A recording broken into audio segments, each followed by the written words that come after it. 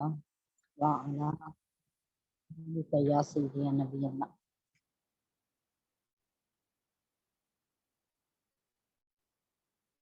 رب اشرح لي صدري ويسر لي أمري واحلل عقدة من لساني يفقهوا قولي واجعل لي وزيرا من أهلي رب زدني علما رب زدني علما رب زدني علما رب يسر ولا تؤسر وتمم بالخير وبك نستعين. اللهم أجرني في مصيبتي واخلف لي خيرا منها. اللهم صل على سيدنا ومولانا محمد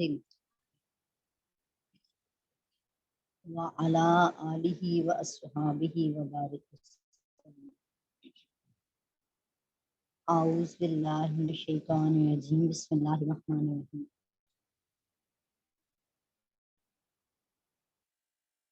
جی ہمارا ٹاپک چل رہا تھا آیت نمبر سورہ النساء کی 89 تھی، جس میں ہم ہجرت کے بارے میں پڑھ رہے تھے، اور ہجرت کی یہ قیامت تک کس حال میں ہجرت مشروع ہے ہم پر. اس پیچھے ہم نے حدیث پاک پڑھی. حضرت عائشہ صدیقہ رضی اللہ تعالیٰ عنہ بیان کرتی ہیں کہ نبی کریم صلی اللہ علیہ وآلہ وسلم سے ہجرت کے بارے میں سوال کیا گیا. آپ نے فرمایا فتح مکہ کے بعد ہجرت نہیں ہے، لیکن جہاد اور نیت ہے. جب تم جہاد کے لیے طلب کیے جاؤ تو تم روانہ ہو جاؤ. اس حدیث پاک کا مطلب یہ ہے کہ جیسا کہ مکہ فتح ہونے کے بعد مکہ سے مدینے کی طرف ہجرت منسوخ ہوگی، اور مطلقاً دارالحرب سے، یعنی وہ مقام جو جنگ کا مقام ہے اسے دارالحرب کہتے ہیں، وہاں سے دارالاسلام کی طرف ہجرت قیامت تک مشروع ہے. اگر آپ دارالحرب میں ہیں یا دارالکفر میں ہیں تو وہاں سے دارالاسلام کی طرف ہجرت کرنا جو ہے وہ قیامت تک رہے گا اور اس کا حکم لگے گا. اصل ہجرت کا دوسرا معنی یہ ہے کہ برے کاموں کو چھوڑ کر توبہ کرنا، نیک کاموں کی طرف منتقل ہو جانا، یعنی یہ بھی ہجرت ہے، برے کاموں کا چھوڑنا اور نیکی کے کاموں کا اختیار کرنا. امام محمد بن اسماعیل بخاری رحمۃ اللہ علیہ صحیح بخاری شریف میں بیان کرتے ہیں حضرت عبداللہ بن عمر رضی اللہ تعالیٰ عنہ سے کہ نبی کریم صلی اللہ علیہ وسلم نے فرمایا مہاجر وہ ہے جس نے اللہ کے منع کیے ہوئے کاموں سے ہجرت کی. یعنی یہ بھی ہجرت ہے. اس کی بھی یہ قسم ہے کہ انسان برائی کے کاموں سے ہجرت کر کے نیکی کے کاموں کی طرف قیام کر لے. امام احمد بن شعیب نسائی رحمۃ اللہ علیہ فرماتے ہیں حضرت عبداللہ بن حبشی خصامی سے رضی اللہ تعالیٰ عنہ سے کہ ایک شخص نے نبی کریم علیہ السلام سے پوچھا کون سی ہجرت افضل ہے؟ آپ نے فرمایا جس نے اللہ کے حرام کیے ہوئے کاموں سے ہجرت کر لی وہ افضل ہے. سبحان اللہ و بحمدہ سبحان اللہ. حضرت احمد بن حنبل روایت فرما رہے ہیں حضرت عبداللہ بن عمر رضی اللہ تعالیٰ عنہما سے کہ ایک عربی نے نبی کریم صلی اللہ علیہ وسلم سے ہجرت کے بارے میں سوال کیا. آپ نے کچھ دیر توقف کیا، وقف کیا، پھر فرمایا سائل کہاں ہے؟ اس نے کہا میں حاضر ہوں یا رسول اللہ صلی اللہ علیہ وسلم. آپ نے فرمایا ہجرت یہ ہے کہ تم تمام بے حیائی کے کاموں کو چھوڑ دو، خواہ وہ ظاہر کے کام ہوں یا چھپ کر کیے جائیں. دونوں طرح کے کام بے حیائی کے چھوڑ دو اور نماز قائم کرو اور زکوٰۃ دو. پھر تم مہاجر ہو، خواہ تم اپنے شہر میں ہی مر جاؤ، یعنی اپنے شہر میں بھی مر جاؤ تو تب بھی، کیونکہ تم نے برے کاموں سے ہجرت کی ہے اور اپنے آپ کو اچھے کاموں پر قائم کیا ہے، اسی پر آپ کو ہجرت کا ثواب مل جائے گا. سبحان اللہ و بحمدہ سبحان اللہ العظیم. صحیح بخاری شریف میں عبید بن عمیر لیسی بیان کرتے ہیں کہ ہم نے حضرت عائشہ صدیقہ رضی اللہ تعالیٰ عنہ سے ہجرت کے بارے میں پوچھا. آپ نے فرمایا ابھی ہجرت نہیں رہی. پہلے مسلمانوں میں کوئی شخص اپنے دین کی حفاظت کے لیے اللہ اور اس کے رسول کی طرف بھاگ کر جاتا تھا. اس کو یہ خطرہ ہوتا تھا کہ دین پر قائم رہنے کی وجہ سے وہ کسی فتنے میں مبتلا نہ ہو جائے. لیکن اب اللہ تعالیٰ نے اسلام کو غالب کر دیا. اب انسان جہاں چاہے اپنے رب کی عبادت کرے، لیکن جہاد اور نیت باقی ہے. اس حدیث کی فقہ یہ ہے کہ اگر اب کسی جگہ اسلام کی وجہ سے مسلمان کو فتنے کا خطرہ ہو تو اب بھی وہ اس پر ہجرت کرنا فرض ہے۔ اللہ تعالی کا ارشاد گرامی ہے آیت نمبر 90 میں، بسم اللہ الرحمن الرحیم الا الذین یصلون الی قوم بینکم وبینہم میثاق او جاؤکم حسرت صدورهم ان یقاتلوکم او یقاتلوا قومهم ولو شاء اللہ لسلطهم علیکم فلقاتلوکم فإن اعتزلوکم فلم یقاتلوکم وألقوا الیکم السلام فما جعل اللہ لکم علیہم سبیلا الا الذین، سوائے ان لوگوں کے جو یصلون الی قوم بینکم، جو ملتے ہیں اس قوم کی طرف جن کے تمہارے اور اس قوم کے درمیان وبینہم میثاق، تمہارے درمیان اور ان کی قوم کے درمیان فیصلہ ہو چکا ہے، معاہدہ ہو چکا ہے، او جاؤکم، یا وہ تمہارے پاس آئیں، حسرت صدورہم، کہ ان کے دل روکے گئے ہوں اس لڑائی سے، جہاد سے، ان کے دل لڑائی سے روکے گئے ہوں، ان یقاتلو، کہ وہ لڑیں، تم سے یعنی مسلمانوں سے وہ لڑیں، اگر وہ خود ہی وڈرا کر جائیں اور مسلمانوں سے لڑنے سے انکار کر دیں، او یقاتلو قومہم، وہ اپنی قوم سے بھی اور تم مسلمانوں سے بھی لڑنے سے ان کے دل تنگ ہیں، ولو شاء اللہ، اور اگر اللہ چاہے، لسلطہم، ان کو مسلط کر دے، علیکم، تم پر، فلقاتلوکم، تو وہ ضرور تمہیں قتل کرتے، فإن اعتزلوکم، اور اگر تم کنارہ کش کر لو، فلم یقاتلو، تو وہ ہرگز نہیں لڑیں گے تم سے، وَأَلْقَوْا إِلَيْكُمْ، اور وہ تمہاری طرف اگر ڈالیں سلامہ، سلامتی یعنی صلح کا پیغام بھیجیں، فما جعل اللہ لکم، تو اللہ نے تم مسلمانوں کے لیے کوئی راستہ نہیں بنایا، کوئی جگہ نہیں بنائی، علیہم سبیلا، ان پر قتل کرنے کی کوئی راستہ نہیں بنایا۔ محاورتاً ترجمہ کرتے ہیں، مگر ان لوگوں کو قتل نہ کرو جو ایسی قوم سے جا ملے ہوں کہ تمہارے اور ان کے درمیان کوئی امن کا معاہدہ ہو چکا ہے، یا وہ حوصلہ ہار کر تمہارے پاس اس حال میں آ جائیں کہ ان کے سینے اس بات سے تنگ آ چکے ہوں کہ وہ تم سے لڑیں یا اپنی قوم سے لڑیں، اور اگر اللہ چاہتا تو ان کے دلوں کو ہمت دیتے ہوئے یقیناً انہیں تم پر غالب کر دیتا، تو وہ تم سے ضرور لڑتے، بس اگر وہ تم سے کنارہ کش کر لیں، تم سے کنارہ کشی کر لیں اور تمہارے ساتھ جنگ نہ کریں اور تمہاری طرف صلح کا پیغام بھیجیں، تو اللہ نے تمہارے لیے بھی صلح جوئی کی صورت میں ان پر دست دراز کی کوئی راہ نہیں بنائی، کہ یعنی تمہارا بھی کام ہے کہ تم بھی ان کی طرف صلح کر لو۔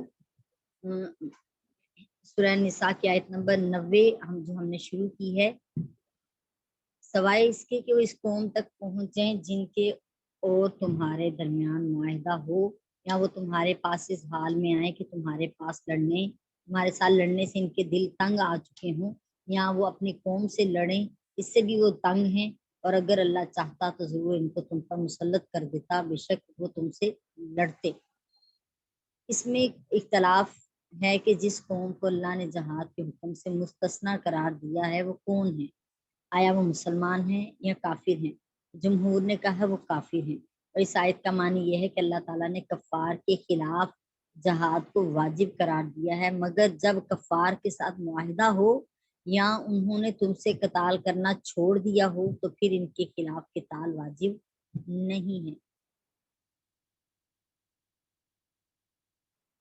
اس تقدیر پر یہ آیت اس آیت سے منسوخ ہوگی، فَإِذَا انسلخ کی آیت ہے کہ جب حرمت والے مہینے ختم ہو جائیں تو مشرکین کو جہاں پاؤ انہیں قتل کرو، البتہ جب مشرکوں سے مسلمان جنگ نہ کرنے کا معاہدہ کر چکے ہوں تو پھر ان کے حق میں یہ آیت کریمہ منسوخ نہیں سمجھی جائے گی،